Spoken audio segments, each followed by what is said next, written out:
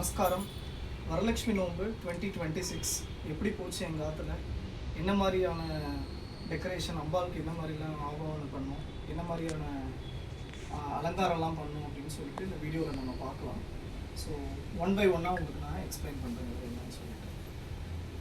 So first வந்து பார்த்தீங்கன்னா எங்கள் ஆற்று குத்துவிளக்கு வந்து விஷ்ணுவும் பத்மாவதி தாயாருமா டெக்கரேட் பண்ணி ரொம்ப அழகாக அலங்காரம் பண்ணியிருக்காங்க எங்கள் ஆற்று மாமி. ஸோ அப்படியே மேலே வந்தீங்கன்னா எங்கள் ஆற்று காமாட்சி. ஸோ காமாட்சியை தான் பிரதானமாக வச்சு வழிபடுறோம் நாங்கள். ஸோ காமாட்சிக்கு அலங்காரம் பண்ணியிருக்கோம் அழகாக. காமாட்சிக்கு ஜடையெல்லாம் வச்சு ஸோ வரலட்சுமி நோன்பு அதுவுமா காமாட்சியை வந்து நம்ம வழிபடுறோம். அப்படியே வந்தீங்கன்னா எங்கள் ஆற்று கலசம். ஸோ இது வந்து எங்கள் ஆற்றுல வந்து 2 கலசம், ஒன்று மாமியார் ஆற்றுலேருந்து கொடுத்தது, ஸோ ஒன்று வந்து நான் வாங்கினது. ஸோ இந்த ஃபேஸ் வந்து எல்லா வரலட்சுமி நோன்புக்கும் எடுத்து நம்ம அலங்காரம் பண்ணி அம்பாளை கலசம் வச்சு ஆவாகனம் பண்ணுவோம். ஸோ நம்ம கலசம் வச்சு நம்ம இது பண்ணும்போது அம்பாளுக்கு தேவையான ஆபரணங்கள்லாம் போட்டு அம்பாளை வந்து என்னென்ன மலர்களால் நம்மளால் அலங்காரம் பண்ண முடியுமோ எல்லா மலர்களும் வாங்கி வச்சு அம்பாளை வந்து அலங்காரம் பண்ணி தாமரை பூக்கள், அதுக்கப்புறம் வந்து மறிக்கொழுந்து எல்லா பூவும் வச்சு சாமிக்கு அலங்காரம் பண்ணுவோம்.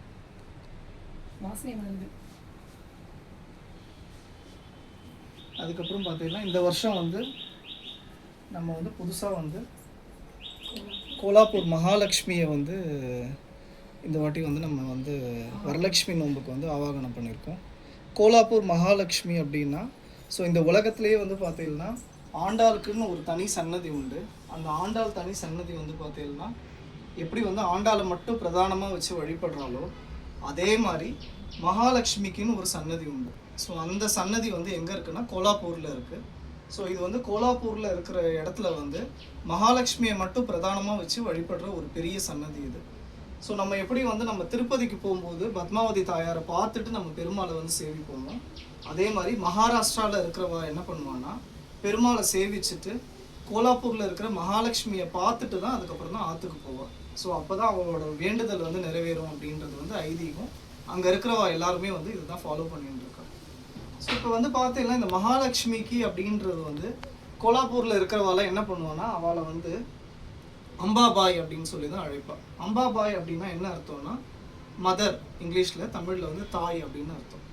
எதுக்காக அம்பாபாய் அப்படின்னு சொல்கிறா அப்படின்னா அந்த அம்பாவை வந்து தன்னோட தாயாக நினச்சி வந்து ஆவாகனம் பண்ணுறா. ஸோ என்னென்ன வேண்டுதல் வேண்டாலோ எல்லாமே வந்து அம்பாள் வந்து கொடுப்பா அப்படின்னு சொல்கிறது வந்து அவளோட பிலீஃப் அதில். ஸோ இது வந்து பார்த்தீங்கன்னா பிரம்மா வந்து ஒரு நாள் வந்து என்ன பண்ணார், தவத்தில் இருந்தார். ஸோ தவத்தில் இருக்கும்போது பிரம்மனுக்கு வந்து 3 குழந்தைகள் பிறந்தது. 3 குழந்தைகள் வந்து பார்த்தீங்கன்னா கயா, லவன், கோலா அப்படின்னு சொல்லிட்டு 3 குழந்தைகள். அதில் வந்து கயாவும் லவனும் வந்து கொல்லப்பட்டுட்டாங்க. யாரால் கொல்லப்பட்டாங்க அப்படின்னா விஷ்ணுவும் யமதர்மனும் கயாவும் லவனையும் வந்து கொண்டுட்டாங்க. ஏன் கொண்டாங்க அப்படின்னா அவங்க 2 பேரும் வந்து அரக்க குணமாக இருந்து மக்களை வந்து ரொம்ப துன்புறுத்தின்னு இருந்தாங்க. ஸோ பிரம்மாவோட 3 பசங்களுமே வந்து 3 இடத்த வந்து ஆண்டுன்னு இருந்தாங்க. ஸோ அதில் வந்து பார்த்திங்கன்னா கயாவும் லவனும் வந்து ரொம்ப அரக்க குணமாக இருந்து எல்லாரையுமே வந்து இது பண்ணதால் அவள் 2 பேரையுமே வந்து யார் வந்து சூரசம்ஹாரம் பண்ணது அப்படின்னு பார்த்தீங்கன்னா விஷ்ணுவும் யமதர்மனும் வந்து அவள் 2 பேரையும் வந்து சூரசம்ஹாரம் பண்ணிட்டான். ஸோ அதில் வந்து கோலா மட்டும்தான் வந்து என்ன பண்ணியிருந்தான், உயிரோடு இருந்தான். அப்போ என்ன பண்ணிட்டான், கோலா வந்து அவன் உயிரோடு இருந்தப்போ அவனுக்கு வந்து என்ன பயம் ஆயிடுத்துன்னா இருக்கிற 2 பேரையும் கூட பிறந்த 2 பேரையுமே வந்து கடவுள் சக்தி வந்து அவளை வந்து கொண்டுடுது. அதனால அவனுக்கு வந்து கடவுள் மேலே இருந்த பிலீஃபே போயிடுச்சு. ஸோ அவன் என்ன பண்ணுறான், நம்ம எப்படியாவது வந்து இந்த கடவுளை வந்து இந்த நாட்டை விட்டு நம்ம வந்து விரட்டணும், கடவுளோட சக்தியே இல்லாத மாதிரி இருக்கணும் அப்படின்னு சொல்லிட்டு கோலா என்ன பண்ணுறான், தவத்துக்கு போகிறான். ஸோ தவத்தில் போயிட்டு அவன் வந்து இமாலயத்தில் போயிட்டு தவம் இருக்கான். தவத்தில் இருக்கும்போது என்ன ஆகுது, அந்த தவத்தை வந்து ரொம்ப நாள் இருந்து அந்த தவம் பண்ணும்போது அவன் ஆண்டுன்ற இந்த நாட்டை வந்து என்ன ஆகுதுன்னா வேற ஒரு அரக்கன் வந்து ஆள ஆரம்பிச்சிடுறான். ஸோ அந்த அரக்கன் வந்து ஆளும்போது என்ன ஆகுதுன்னா அந்த நாட்டு மக்களுக்கு ரொம்ப துன்புறுத்தல் அதிகமாகிடுது. துன்புறுத்தல் அதிகமானோடனே என்ன பண்ணுறாரு, பிரம்மர் வந்து கோலா கிட்ட போய் காட்சி கொடுத்து உனக்கு என்ன வரம் வேணும், நீ எதுக்காக தவத்தில் இருக்க, உன் நாட்டு மக்கள்லாம் வந்து கஷ்டமாக படுறாங்க அப்படின்னு சொல்லி கேட்கும்போது அந்த டைமில் வந்து கோலா வந்து வரம் கேட்குறாரு. என்ன வரம் கேட்குறாரு அப்படின்னா இந்த இடத்துல வந்து சக்தினா மகாலட்சுமி என்ன விதமான தெய்வ சக்தியும் இந்த இடத்துக்கு வந்து வரக்கூடாது அடுத்த 100 வருஷத்துக்கு, இந்த வரம் வேணும் எனக்கு அப்படின்னு சொல்லி கேட்குறாரு. கேட்ட உடனே பிரம்மர் அந்த வரத்தை கொடுத்துடுறாரு. கொடுத்த உடனே என்ன ஆகிடுது, அந்த இடத்துல இருக்கிற சக்தி எல்லாம் போயிடுறாங்க. ஸோ கோலாவோட அந்த ஆட்சி தான் வந்து அந்த இடத்துக்கு வந்து அமையுது. ஸோ கோலாவுக்கு 4 பசங்க. அந்த 4 பசங்களுக்கும் என்ன பண்ணுறாங்க, நாட்டை வந்து ஆண்டவர் சொல்லிட்டு அவன் திருப்பி காட்டுக்கு தவத்துக்கு போயிடலாம் கோலா.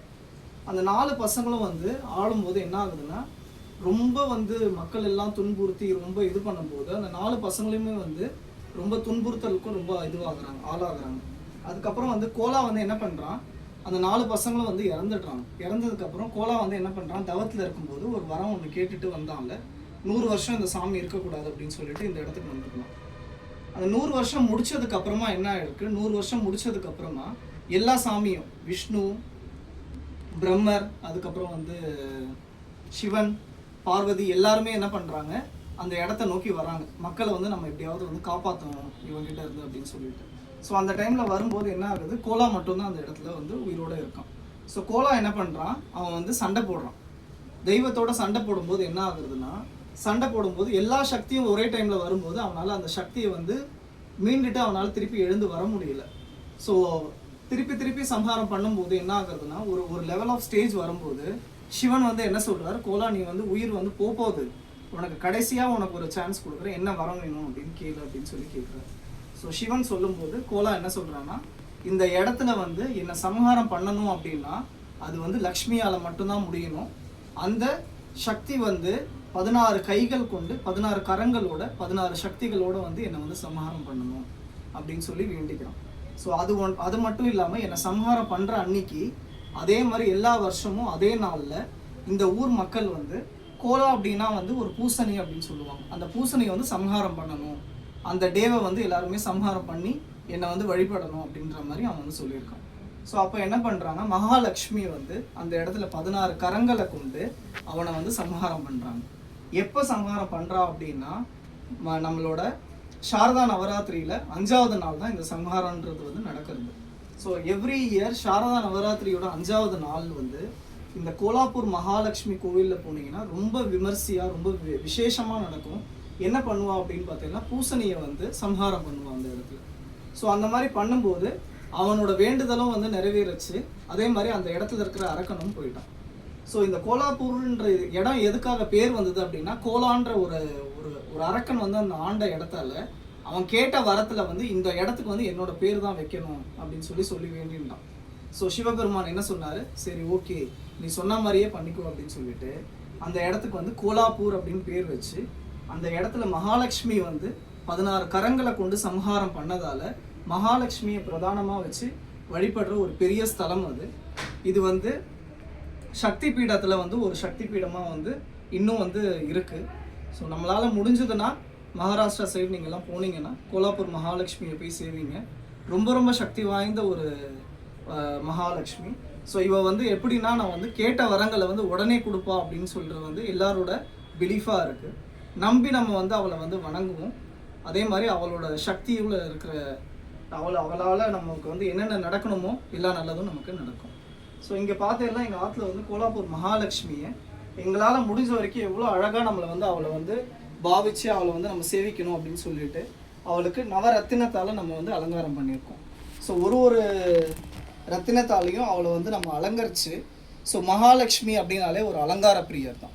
ஸோ நம்ம எவ்வளோக்கு எவ்வளோ அவளை வந்து அலங்காரம் பண்ணி வாசனை பூக்கள்லாம் போட்டு அவளை அலங்காரம் பண்ணி அவளை வந்து நம்ம சேவிக்கிறோம். ஸோ இந்த வரலட்சுமி விரதத்தில் நம்ம வந்து கோலாப்பூர் மகாலட்சுமியை வந்து அலங்காரம் பண்ணி அவளை வந்து எங்கள் ஆற்றுல வச்சு அவளை சேவிக்கிறது அப்படின்றது வந்து ஒரு பெரிய பாக்கியமாக நாங்கள் வந்து கருதுகிறோம். ஸோ இந்த அலங்காரம்லாம் பண்ணது வந்து எங்கள் ஆற்று மாமி. ஸோ ரொம்ப ஒரு மனக்கடல் எடுத்து ஒரு நாளும் நம்ம வந்து எடுத்து நம்ம யோசித்து எந்த மாதிரி பண்ணால் நம்ம வந்து மகாலட்சுமியை வந்து நம்ம இன்னும் அழகேற்ற முடியும், என்ன மாதிரிலாம் நம்ம வந்து நம்மளை வந்து சூடித்து நம்ம பார்த்துப்போமோ, நம்ம எவ்வளோ அழகாக இருந்தால் நமக்கு பிடிக்குமோ அதே மாதிரி நம்ம அம்பாலையும் நம்ம வந்து அழகெடுத்து பார்க்கணும். அதே மாதிரி தான் நம்ம கலசத்துலேயும் பார்த்தீங்கன்னா ஒரு சின்ன விஷயமும் நம்ம வந்து எவ்வளோக்கு எவ்வளோ வந்து மனக்கடல் இருக்கணும். இப்போ கண்ணு வச்சா அந்த கண்ணில் ரெப்பை வச்சு அதுக்கு உயிர் கொடுக்கணும் நம்ம. ஸோ நம்ம சாமிக்கு வந்து கண்ணை வந்து வரைஞ்சால் மட்டும் போகாது, அதில் பார்த்தேன்னா உன்னிச்சு பார்த்தேன்னா அதில் ரெப்பை வச்சுருப்பான். அந்த கண் ரெப்பை வைக்கும்போது என்ன ஆகும்னா கண்ணுக்கு வந்து உயிர் கொடுக்கும். ஸோ அம்பாலே வந்து நம்ம வந்து பார்க்குற மாதிரி இருக்கும். அவளுக்கு மூக்குத்தி போட்டு கம்மல் போட்டு, ஸோ அம்பாளுக்கு நம்ம எப்படி நம்மளை வந்து நம்ம அலங்காரம் பண்ணிப்போம், மூக்குத்தி போட்டால் நமக்கு நல்லா இருக்குமே, கம்மல் போட்டால் நல்லா இருக்குமே, எனக்கு ஜிமிக்கி வேணுமே, நெக்லஸ் வேணுமேன்னு சொல்லிட்டு நம்ம எப்படி நம்மளை வந்து இது பண்ணிப்போமோ அதே மாதிரி நம்ம சாமிக்கும் வந்து அலங்காரம் பண்ணுவோம். ஒரு மகாலட்சுமிக்கும் நமக்கு வந்து என்ன முடியுமோ அதுக்கேற்ற மாதிரி நம்மளால் முடிஞ்ச இப்படி தான் பண்ணணும் அப்படி தான் பண்ணணுன்ற அவசியம்லாம் கிடையாது. ஏழ்மையான முறையில் நம்ம வந்து மனசார வேண்டி ஒரு வெத்தலை பாக்கு பழம் வச்சு அம்மா என்னால் இதுதான் முடியும்னு சொல்லி வேணுன்னா கூட அந்த மகாலட்சுமி வந்து நமக்கு வந்து வரம் கொடுக்கும்.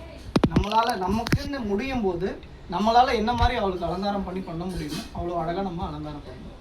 ஸோ லாஸ்ட்டாக பார்த்தீங்கன்னா இது வந்து எங்கள் நிச்சய வழிபடுற எங்கள் ஆத்த அம்பாள்.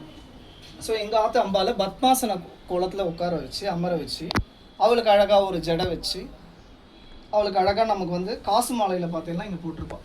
ஸோ காசு மாலையில் அழகாக எங்கள் மாமி கோத்து அம்பாளுக்கு வந்து ரெடி பண்ணி போட்டாள். ஸோ போட்டுட்டு அதுக்கு தாழம்பூலாம் வச்சு அழகாக அம்பாளுக்கு அலங்காரம் பண்ணி வச்சுருக்கோம். ஸோ மொத்தமாக 3 அம்பாள் வச்சுருக்கோம் வரலட்சுமி விரதத்தில் வச்சுட்டு நம்ம வந்து ஆவாகனம் பண்ணுறோம். ஸோ இப்படி பார்த்தீங்கன்னா கீழே பார்த்தீங்கன்னா மகாலட்சுமியோட வஸ்துக்கள், ஸோ 5 வஸ்துவுமே வச்சு மகாலட்சுமிக்கு பிடிச்ச வந்து சிண்டி மாலை, அதுக்கப்புறம் கோமதி சக்கரம், தாமரை விதைகள், சோழி இதெல்லாம் போட்டு நம்ம வச்சு இது பண்ணுறோம். 2வது படியில் பார்த்தீங்கன்னா ஸ்ரீசக்கரம் வெறும் வச்சு. ஸோ இன்னொரு விஷயம் நான் சொல்ல மறந்துட்டேன். கோலாப்பூர் மகாலட்சுமியை வந்து ஸ்ரீசக்கரமும் இருக்கும் அந்த கோவிலில். ஸ்ரீசக்கர வழிபாடும் பண்ணுவாள். எப்படி நம்ம காஞ்சி காமாட்சி கோவிலில் வந்து ஸ்ரீசக்கர வழிபாடு இருக்கோ அதே மாதிரி கோலாப்பூர் மகாலட்சுமி கோவில்லையுமே வந்து ஸ்ரீசக்கர வழிபாடு இருக்குது. ஸோ அவளுக்கு கீழே வந்து ஸ்ரீசக்கரம் வச்சு ஸ்ரீசக்கரத்தில் தான் வழிபடுறாள். எந்த ஒரு ஸ்தலத்துலையுமே வந்து ஸ்ரீசக்கரம் வச்சு வழிபடும் போது அதோட சக்தி வந்து பல மடங்கு அதிகமாக இருக்கும்.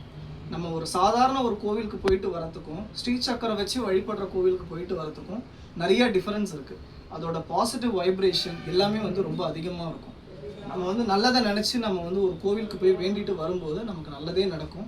நல்லபடியாக நம்ம வந்து அம்பாவை வந்து சேவித்து அவகிட்ட வந்து நம்ம வேண்டின்ற போது அவள் நமக்கு எல்லாமே கொடுப்பாள். ஸோ படியில் பார்த்தீங்கன்னா மகாலட்சுமி, பெருமாள், தாயார், அஷ்டலட்சுமி வச்சுருக்கோம். இந்த பக்கமும் அந்த பக்கமும் யானைகள் இருக்குது. ஸோ இதுதான் எங்கள் ஆத்தோட நவராத்திரி வரலட்சுமி பூஜை. அடுத்த நவராத்திரிக்கு நாங்கள் ரெடி ஆகிட்டு இருக்கோம். அதனால் நவராத்திரின்னு வந்துட்டு தப்பாக எடுத்துக்காது.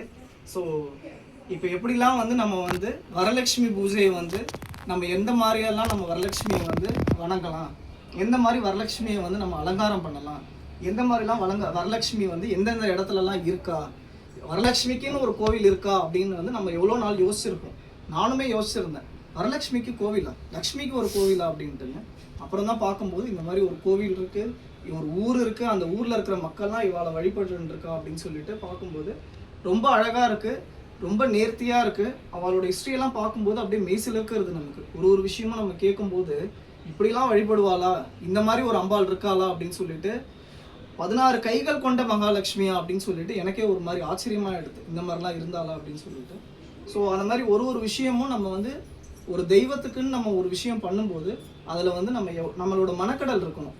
சின்ன சின்ன விஷயமா இருந்தாலும் அதை யோசித்து அந்த தெய்வத்தை வந்து நம்ம என்ன மாதிரிலாம் வந்து நம்ம வந்து ஆவாகனம் பண்ணணும், அந்த தெய்வத்தை வந்து எந்த மாதிரிலாம் அலங்காரம் பண்ணணும் அப்படின்னு சொல்லி யோசித்து நீங்கள் உங்கள் இடத்துல வந்து நீங்களாக இருந்தால் என்ன பண்ணுவீங்களோ அதை வந்து அம்பாலாக நினச்சி நீங்கள் பண்ணுங்க. எல்லாருக்குமே வரலட்சுமி விரத வாழ்த்துக்கள். வரலட்சுமியோட அனுகிரகம் வந்து எல்லாருக்குமே வரணும். கோடான கோடி ரசிகர்கள் உங்களோட யூடியூப் சேனலில் இருக்காங்க.